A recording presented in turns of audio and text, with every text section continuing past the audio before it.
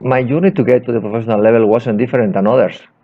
I mean, I've been playing soccer my whole life, but at some point, some recruiter recognized some kind of talent on me, and when I was 15 years old, I signed for Athletic Club de Bilbao for their academy. At that time, it was a great achievement because it meant some kind of recognition, but it meant really nothing. I signed for the academy of Athletic Club de Bilbao, are really the biggest team in my area and the team I really love and I support. I was desperate really to do well every day because I was really willing to improve, eager to do things better because I was a really driven boy. When I was 17, I signed my first pro contract. At that time, even I was playing for the Spanish national team. And 4 seasons, 4 years later, at the age of 21, I made my debut in La Liga with the first team of Athletic Club de Bilbao. It was really exciting because I had the opportunity to play as a starter. Even though we tied the game 1-1, I scored. I play in front of my home crowd, in front of my family, in front of everybody, and the feeling that everybody is supporting you is amazing. You have 50,000 people really pushing you, trying to encourage you, supporting you. That is one of the most rewarding feelings you have when you are a pro player. Everybody's behind you, and you have to do well. And we did. It was my first day, a good one. Maybe it could have been better. You never know. But at the same time, it was the start of a professional career that it took me to different places that I'm really pleased to share with you. Well, when I was playing professionally, we used to train every day, except we had one day off. The schedule was pretty much a daily routine. I woke up early in the morning at 7:30. At 8 o'clock, I really had a good breakfast. I mean, I had some cereal, I have yogurt, some kind of fruit, because of course you need energy. I went there to the facilities of the academy at 9:30, 1 hour before the practice. I had plenty of time to prepare myself for the session. I mean, you needed some kind of treatment, you needed some stretching, you needed some warm up. You had time to really, instead of being in a hurry, take your time to be everything prepared for the practice. And then after the practice, I mean, the most important part was the recovery. Recovery means stretching, recovery means treatment if you need something for the medical staff, and recovery means go home and take a nap and rest. Really, really essential for the recovery. And then I went learning because at that time I was studying at college journalism. I think to make compatible learning and playing as a professional is a good thing as far as you're able to deal with it. During the practices, I got three things in mind. My intensity has to be there, Felix. My energy has to be there for sure. My focus has to be there. And then the quality has to be there. So I kept these three things in mind: intensity, quality, and focus. And with these three things in mind, you get to a point where consistency becomes a habit, and that's the key part of everything. Do what you're doing day by day, year by year. That's the main part of everything. We regularly go together the day before the match. If we play on Sunday, we will meet on Saturday night to have dinner together, then go to bed, and on Sunday morning we have a good breakfast, really, really energetic breakfast, and then after the breakfast, let's say a couple of hours after breakfast, we will have a meeting.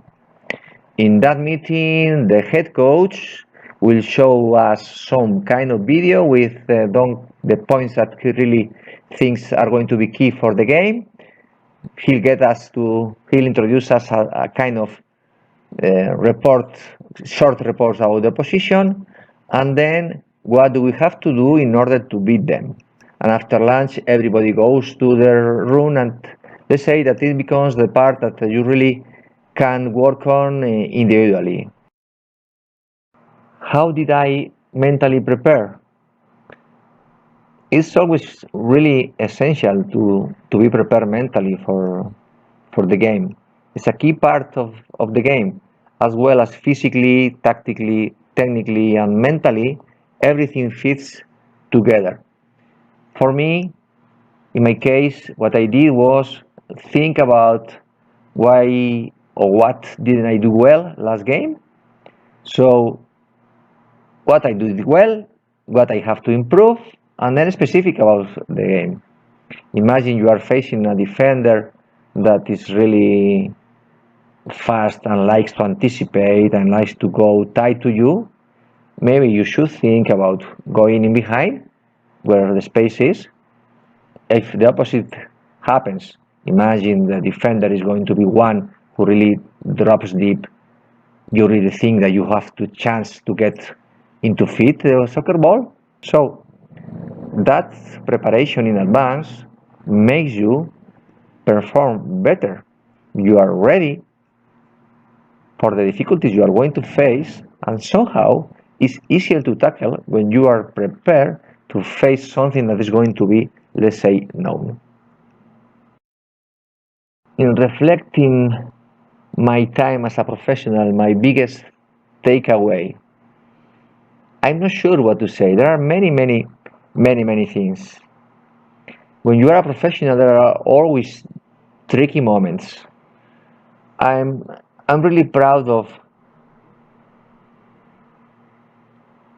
being able to face adversity in a proper way, to overcome your own limits, and to get the reward or come back again stronger than you were before. The willingness to improve always has been there.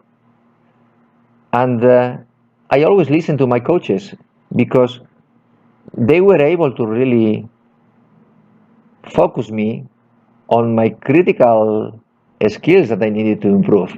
I remember very well when I was young, when I was 16, I was 15, that because I'm lefty and I was totally useless with my right foot. And some coach taught me to play with my right foot, let's say in a proper way. But I spent a lot of time kicking the ball against the wall with my right foot. It wasn't fun, it was bored, but it was useful. So sometimes you have to do things that are not fun, that you don't enjoy, but in the long term, they are going to help you to be more capable of being successful.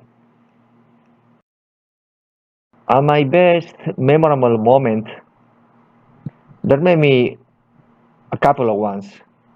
First of all, I remember one season that we had a really difficult time. We weren't competing well, we weren't performing well, we didn't really get the results we needed. But the kind of togetherness we built when things got tough, it made us so strong that as the season went on, we got to a position that nobody could beat us. This is a great feeling. Facing together some bad moments, some tough moments, it really helps you to bond your relationships with your teammates, and that becomes really a powerful tool that you can use when it's needed, when the things get tough.